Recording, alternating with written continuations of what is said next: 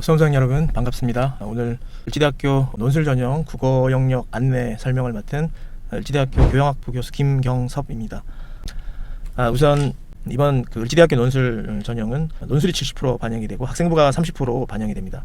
이게 아마 내년도에는 논술 반영 비율을 80%까지 상향 조정할 지금 예정으로 돼 있고요. 수험생 여러분들이 내신에서의 어떤 문제 같은 것들이 이제 3학년 1학기를 지나가면서 되돌릴 수 없는 그런 어떤 결과가 되는 상태겠죠.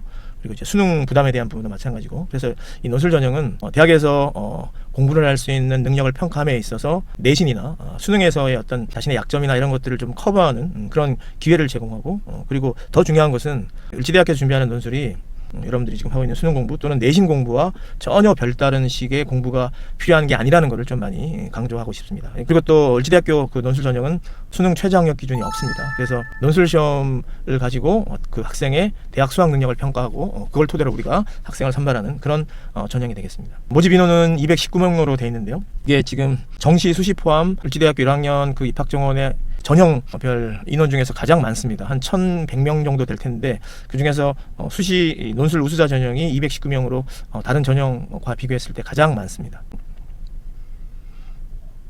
이제 학교에서 제시한 여러 가지 가이드라인을 정리한 부분입니다. 다른 대학도 마찬가지로 이 논술 전형을 특히 약수령 논술 전형을 실시하는 대학들의 주요 목적은 수능이나 내신 위주의 선발과는 다른 좀 다양한 방식의 학생 선발의 목적이 있는 거고요. 그런 측면에서 기존에 이제 우리가 적성고사라는 걸 한번 시행을 했었고, 그 적성고사가 이제 폐지되고 이 논술고사를 이제 다시 한번 입학 전형에서 시도하게 됐는데, 을지대학교에서 준비한 것은 그러니까 문장을 길게 쓰는 논술 시험이 아니라 주어진 텍스트에 대한 문해력을 평가하는 그런 취지 아래에서 단답형 중화식 답을 다는 그런 요점 중심의 개조식 답변을 요구하는 문제들을 구성할 예정입니다. 이미 모의논술 문제를 아마 풀어보신 수험생 여러분들이 많을 텐데, 그 모의논술에서 요구하는 그런 어떤 문제의 유형과 크게 다르지 않다는 것, 그걸 좀 말씀드리고 싶습니다.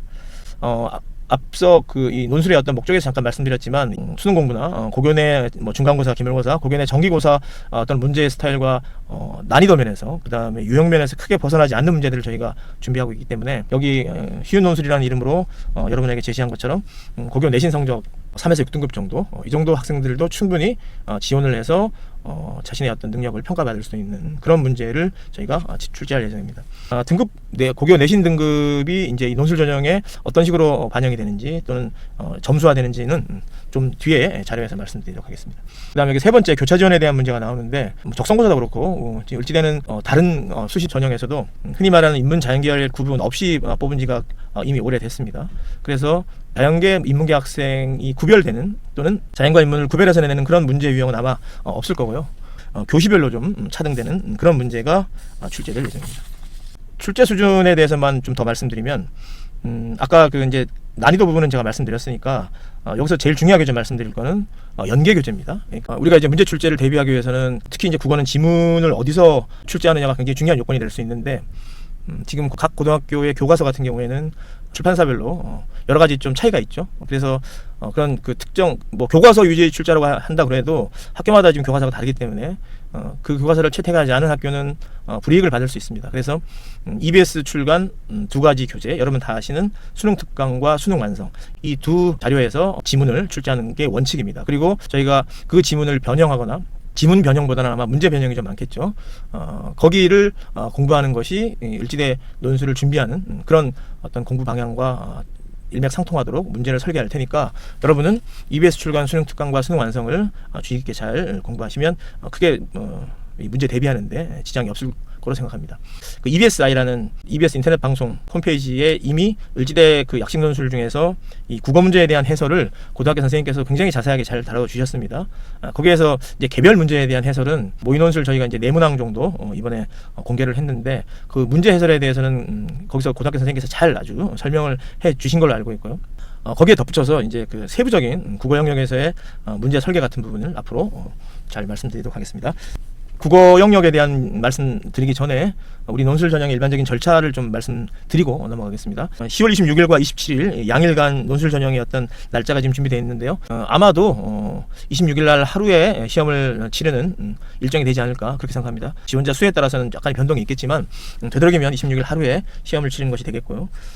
수능이 11월 14일이니까 그죠? 올해 11월 14일이니까 이게 수능 3주 전이고 수시 논술 전형 중에서 가장 앞서서 치르는 날짜입니다. 10월 26일이. 그러니까 약식 논술 전형을 치르는 대학들이 좀 더 있는데 그 대학들 중에서 가장 먼저 저희가 시험을 치르게 되고 그리고 겹치는 학교가 없습니다. 보통 이제 수능 전이나 수능 후에 치를 때 날짜별로 이제 겹치는 학교가 있어가지고 수시 여러분이 지원할 때 선택의 폭이 좀 좁아질 수 있는데 일지대는 10월 26일로 겹치는 날짜가 없기 때문에 그런 문제는 여러분이 좀 없을 거라고 생각합니다.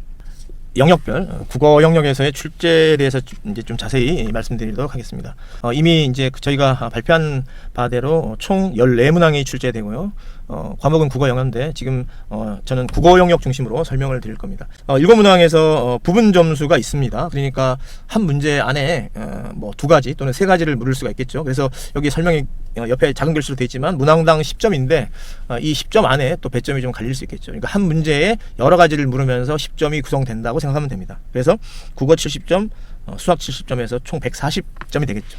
그리고 논술 입학 전형에 대해서 좀 살펴본 사람들은 다 알겠지만 이제 이게 여기 보면 반영 비율이 학생부 교과가 300점이고 논술이 700점이라서 이 140점을 700점으로 보정해서 아마 성적이 산출이 될 겁니다. 뭐 다 알겠지만 기본 점수가 있고 거기에 이 논술에서 본인이 취득한 점수가 합쳐지는 방향이 될 겁니다. 그 기본 점수로 여러분이 취득할 수 있는 점수가 140점인데 다시 한번 강조하지만 시간의 어떤 조절 그리고 문항당 부분 점수가 있다는 부분 이런 분들을 좀 명심해서 한 문제당 10점이 다 부여되는 게 아니라 문제 안에 부분 점수가 있으니까 그 부분 점수를 획득하기 위해서라도 세밀하게 좀 답을 해야 되겠죠. 14문항을 70분에 치러야 되니까 한 문항당 5분 정도 시간이 배분이 되는데 뭐 여러분이 다 예상하겠지만 이제 국어와 수학을 같이 치르게 되니까 국어 문제를 풀 때의 시간을 조금 더 빨리 풀어서 수학 문제를 풀기 위해서 시간을 좀 세이브할 필요는 있겠죠. 이게 이제 예전에 적성고사를 볼 때도 마찬가지로 나타났다는 현상입니다. 그러니까 이제 그거는 여러분이 시간 배정을 70분에 지금 14문제를 풀어야 한다는 어떤 그런 훈련이 좀 돼 있어야 될 것 같습니다. 문항은 다시 한번 말씀드리지만 14문항이고 국어는 7문항이 출제된다. 그리고 한 문항당 배점은 10점인데 그 10점 안에 아마 부분 점수가 여러 가지 배치될 가능성이 있다. 이 정도만 여러분한테 말씀드리고 더 자세한 것은 뒤 자료에서 살펴보도록 하겠습니다. 자 이제 뭐 EBS 선생님께서 해설 강의 같은 데서는 좀 여러분한테는 말씀드리기가 어려운 문제 한두 가지를 좀 말씀드리겠습니다. 그러니까 이제 국어 문제가 7문제라고 그랬죠. 총 7문제인데 그 7문제의 문항을 어떤 식으로 설계할지에 대해서 좀 말씀드릴 테니까 좀 잘 들어주시기 바랍니다. 일단 그 EBSI 해설 강의에도 나오지만 일지대는 언어와 매체 부분에서 특히 문법 문제를 한 문제 정도 출제할 예정입니다. 그러니까 7문제 중에서 한 문제는 흔히 여러분이 말하는 언매죠. 그 중에서 이제 매체 쪽보다는 이제 문법 쪽 문제가 나올 가능성이 많다는 걸 좀 잘 알아두시기 바라고 이것도 역시 EBS 해설 강의에서 선생님이 잘 말씀해 주셨지만 가장 기본적인 거. 이건 반드시 나야 되는 게 나온다. 뭐 그렇게 말씀하셨어요. 선생님도 그 고등학교 국어 선생님도 그런 부분의 영역이니까 여기도 나와 있지만 뭐 의문이라든가 의문의 변동이라든가 품사, 뭐 문장 성분 주로 굉장히 기본적으로 문법에서 문법을 이해하는 것 이상의 어떤 지식을 요구하는 그런 문제들. 그러니까 사실 문법은 문법으로 끝나는 게 아니라 문법을 이해하는 것이 다방면의 언어 생활에 있어서의 논리력이라든가 추리력이라든가 이런 것들을 좀 우리가 평가할 수 있는 좋은 잣대가 되거든요. 그래서 언어와 매체에 문법 문제 한 문제가 출제가 될 거고요. 이제 나머지 6문제가 남는데 그 중에서 4문제가 비문학, 흔히 우리가 독서형 이야기라 하죠. 4문제를 비문학 쪽에 설계할 예정입니다. 그 이유는 이제 그 문학 쪽에 대한 것들을 시대별로 매체별로 다양하게 배설하는 것보다는 이 비문학에 대한 어떤 그 문항을 좀 늘려서 종합적인 어떤 우리가 흔히 말하는 리터러시, 문해력에 대한 부분, 정보 간의 어떤 배열의 문제, 논리력의 문제, 추리력의 문제, 어떤 그 글의 구성 요소의 인과관계의 문제 이런 것들을 종합적으로 평가하는 그런 게 좀 더 논술 문제 이 전형의 취지에 맞다고 보기 때문에 비문학 영역의 독서 영역에서 4문항 정도를 출제할 예정입니다. 그러니까 이게 4문항은 여러분 지금 예상하시겠지만 주제를 다양하게 배치할 겁니다. 뭐 인문에 대한 것, 뭐 과학에 대한 것, 예술에 대한 것, 뭐 철학 일반에 대한 게 나올 수도 있고 역사에 대한 게 나올 수도 있고 과학과 인문을 융합한 거를 출제할 수도 있는데 중요한 것은 아까도 말씀드렸지만 올해 나온 수능 특강과 수능 완성 거기에 기이 출제되었던 비문학의 그 지문들 그걸 이용해서 문제를 설계할 예정이니까 뭐 여러분들이 지금 수능 특강 수능 완성은 다 공부를 하고 있는 부분이라서 다시 한번 강조하지만 이 일지대 논술 시험에 대한 어떤 준비 과정은 여러분이 그 대학을 가기 위해서 익혀야 했던 내신이나 수능 공부를 하는 과정과 전혀 별다른 걸 공부할 필요는 없다는 걸 다시 한번 말씀드리고 싶습니다. 그러면 이제 언어와 매체에서 1문항, 비문학에서 4문항, 총 5문항이 이미 결정이 됐죠. 그래서 나머지 2문항은 문학 영역에서 출제할 예정인데 뭐 우리가 흔히 장르별로는 굉장히 장르가 많죠, 문학 안에. 근데 이제 을지대 논술 문제에서는 고전에서 고전 소설이나 고전 시가 중에 한 지문, 현대시 현대 소설 중에서 한 지문 이렇게 출제할 예정입니다. 고전과 현대를 나누어서 그냥 한 지문씩 활용을 해서 출제를 한다는 그런 말씀입니다. 그러니까 이제 문제 구성에 따라 다르겠지만 고전 소설과 시가가 융합이 되거나 현대시와 현대소설이 같이 융합이 되어서 문제를 출제할 수도 있겠죠. 근데 이제 다시 한번 말씀드리지만 이 문학 영역에 두 문제 출제되는 어떤 지문, 그러니까 문학 작품 역시 그 수능 특강과 수능 완성을 통해서 출제할 거라는 거, 그걸 좀 염두에 두시면 되겠습니다. 자, 그러면 정리하자면 국어 7문항은 언어 매체에서 1문항, 그리고 비문학, 독서 영역에서 4문항, 그리고 문학에서 2문항이 난다. 그렇게 총 7문항을 설계해서 낼 예정입니다. 문학 2문항은 고전에서 1문항, 현대문학에서 1문항, 이렇게 생각하시면 됩니다. 자, 그럼 다음 안내 영상 넘어가겠습니다. 이제 이 논술에서 입학 전형에서 점수를 어떻게 산정하는가에 대해서 잠깐 말씀드리겠습니다. 반영 교과 부분을 보면 국어, 영어, 수학, 그러니까 이제 우리가 흔히 말하는 국영수하고 사회, 과학, 여기에 한국사까지 6개 과목을 계열 구분 없이, 그러니까 이게 뭐 여러분이 더 잘 알겠지만 사회나 과학 같은 경우에는 1학년 공통과정에서 배운 그런 내신이겠죠. 그래서 계열 구분 없이 이 6개 과목을 반영을 합니다. 그러니까 내신 30%에 해당되는 거겠죠. 그리고 또 하나 좀 여러분이 아셔야 될 게 점수 활용 지표는 여기 표에 왼쪽에 나와 있지만 석차 등급이 산출된 것만 반영을 합니다. 그러니까 A, B, C 이런 식으로 반영된 거는 반영을 안 한다는 소리죠. 그리고 학년별로 보통 이제 다른 대학 같은 경우에 1, 2, 3학년의 반영 비율을 차등을 두는 경우가 있습니다. 그러니까 뭐 3학년을 좀 더 두고 2학년, 1학년 이런 식으로. 근데 이 을지대 논술 전형은 학년별 반영 비율도 동일합니다. 그냥 일괄 합산해서 학년별 가중치를 두지 않는다는 거, 그렇게 좀 이해하시면 될 것 같습니다. 자, 그 다음 슬라이드로 넘어가겠습니다. 이 부분도 많은 수험생 여러분들이 좀 궁금해하는 부분일 텐데, 보통 이제 등급 간의 격차를 학교마다 달리 둡니다. 근데 을지대는 논술 전형에서 등급 간 격차가 2점입니다. 여기 여러분이 보시다시피 제일 재밌는 게, 재밌다기보다 흥미로운 게, 지금 1, 2, 3, 4, 5, 6등급까지는 등급 간 점수 차이가 2점이죠. 근데 7등급에서 갑자기 20점 차이로 벌려져 있습니다. 이게 뭘 뜻하는지 여러분 다 아실 것 같습니다. 그러니까 을지대 논술 전형은 적어도 6등급 이내, 뭐 6등급 까지도 좀 어려울 가능성이 많이 있겠죠. 하여튼 이 등급 간 격차가 벌어지는 구간이 좀 별도로 있다는 거 좀 염두에 두시고, 그리고 또 하나 좀 강조하고 싶은 거는 등급간이 지금 2점 차지만 반영 비율이 30%라서 곱하기 3을 해야 됩니다. 그러니까 사실상 3등급과 4등급 간의 등급 간 점수 차가 2점이지만 곱하기 3을 해야 되기 때문에 사실상 6점 차이가 나는 겁니다. 6점 차이가. 그러니까 이제 한 급간에 6점 차이라고 생각하면 됩니다. 이거는 이제 급간을 이렇게 둔 거고, 여기 가중치 곱하기 3을 해야 되기 때문에.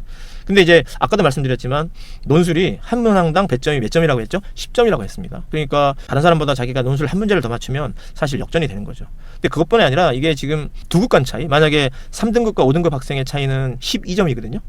한 급간이 6점이니까 12점인데, 아까도 논술 시험의 배점에서 한 문제당 10점이라고 그랬으니까 그 논술 한 문제가 두 급간 점수랑 비슷합니다. 그걸 여러분이 좀 잘 이해해 주기 바랍니다. 이 을지대학교 논술 전형도 내신의 급간을 논술 전형으로 어느 정도 좀 극복할 수 있게 설계되어 있다는 부분을 여러분이 이해하시면 될 것 같습니다. 자, 이게 이제 그 이번에 을지대학에서 배부한 모의 논술고사 독서 영역, 즉 비문학 영역 문제 중에 이제 하나를 잠깐 보여드리는데, 그 문제 해설은 그 EBSI에 가면 잘 돼 있습니다. 그 검색어로 을지대 모의 논술을 치면 바로 뜨니까 혹시라도 아직까지 못 본 사람은 그걸 참고하면 됩니다. 아마도 제 생각에는 어렵다는 생각은 별로 들지 않을 겁니다. 거기 모든 문항이 사람마다 좀 다르겠지만 거기 선생님이 설명하시는 부분을 잘 들어보면 가장 기본적인 문해력을 테스트하는 문제들로 구성되어 있다는 걸 아마 여러분이 느낄 수 있을 겁니다. 이 부분도 뭐 공공재에 대한 거를 이제 정보를 묻는 문제인데, 7문제의 어떤 배분에 대해서 얘기했지만 주제상으로 비문학의 주제가 겹치지는 않게 배치를 할 겁니다. 그러니까 여러분이 비문학 내에서의 어떤 그 독해를 할 때 내가 약한 부분, 뭐 나는 인문 쪽은 좀 잘 푸는데 과학 쪽은 못 푼다, 경제 지문이 나오면 나는 너무 어렵다, 뭐 이런 학생들이 많잖아요. 이제 그런 다양한 그 영역의 주제들을 다 좀 공부를 해 두십사 부탁드립니다. 왜냐하면 아까도 얘기했지만 이 독서 영역 비문학의 네 지문은 주제를 다 각각 달리해서 구성을 할 그럴 예정입니다. 아마 그래서 지금 모의 논술 문제가 나갈 때 비문학 문제가 아마 2문제 정도 나갔을 텐데, 하나가 아마 과학 쪽일 거고 하나가 이제 뭐 사회 쪽 지문에 가까운 것들 저희가 모의 논술을 냈죠. 그리고 한 문제가 문법 문제고 한 문제가 아마 현대 시 문제가 나갔을 겁니다. 이 뒤에 있는 문제가 현대 시죠. 비문학은 뭐 그렇게 도움이 안 될 수 있는데, 이 문학은 그 수능 특강이나 수능 완성의 해설지에 나와 있는 해설 수준이 있죠. 그 해설 수준의 어떤 논리, 그 다음에 어휘, 그것들을 좀 잘 같이 공부해 두면 도움이 되지 않을까 그렇게 생각합니다. 아마 이 문항도 밑에 나와 있는 문제에 그 괄호넣기 설계가 해설 지문에 있는 어떤 수준의 문장과 어휘 수준 이 정도에 해당되리라고 생각합니다. 그래서 그게 좀 여러분한테 도움이 되리라고 생각하고, 아까도 말씀드렸지만 여기는 지금 현대시가 모의 논술에 출제되었지만 현대 소설이 나올 수도 있고 현대 시와 현대 소설을 융합해서 낼 수도 있겠죠. 그래서 어쨌든 문학은 두 문제가 나는데 현대 쪽에서 한 문제, 고전 지문 쪽에서 한 문제 이렇게 출제를 할 예정입니다. 그 정도 생각하시면 될 것 같습니다. 그다음에 마지막으로 이제 논술고사 답지에 대해서 좀 말씀드리겠습니다. 지금 이 답지는 이 모의 논술 해당되는 답지인데 아마 실제 답지는 국어 쪽은 지금 이 문제를 보면 여기 문제는 밑에 기역 니은이라고 지금 돼 있죠. 저기 답안에 써야 될 부분이. 그 다음에 앞에 문제는 보면 표가 있고 저기 지금 A, B, C에 뭔가를 써야 되는 걸로 이렇게 돼 있는데, 그죠?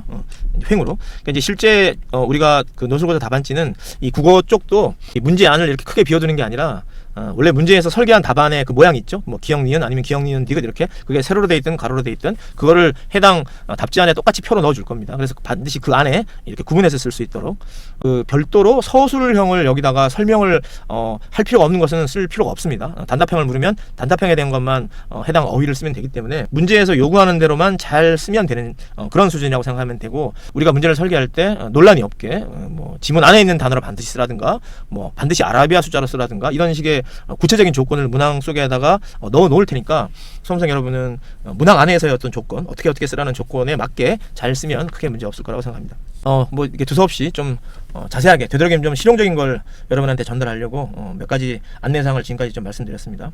이걸로 국어 영역에 대해서 안내를 마치겠습니다. 이 외에 이제 그 의문사항들은 을지대학교 입학처 홈페이지나 아니면 뭐 전화를 하셔도 되고요. 논술 전형에 대해서는 답변을 자세하게 해드릴 테니까 문의하시기 바라고, 그리고 대학 입시박람회에도 학교에서 여러 가지 전형에 대해서 준비할 그 내용들이 많이 있을 테니까 현장에서 또 질문도 가능합니다. 의문나는 점이 있으면 여러 경로로 문의하시기 바랍니다. 올해 말까지 좋은 결과가 있기를 여러분께 응원하고 성원합니다. 네, 이상으로 안내 영상을 마치겠습니다. 감사합니다.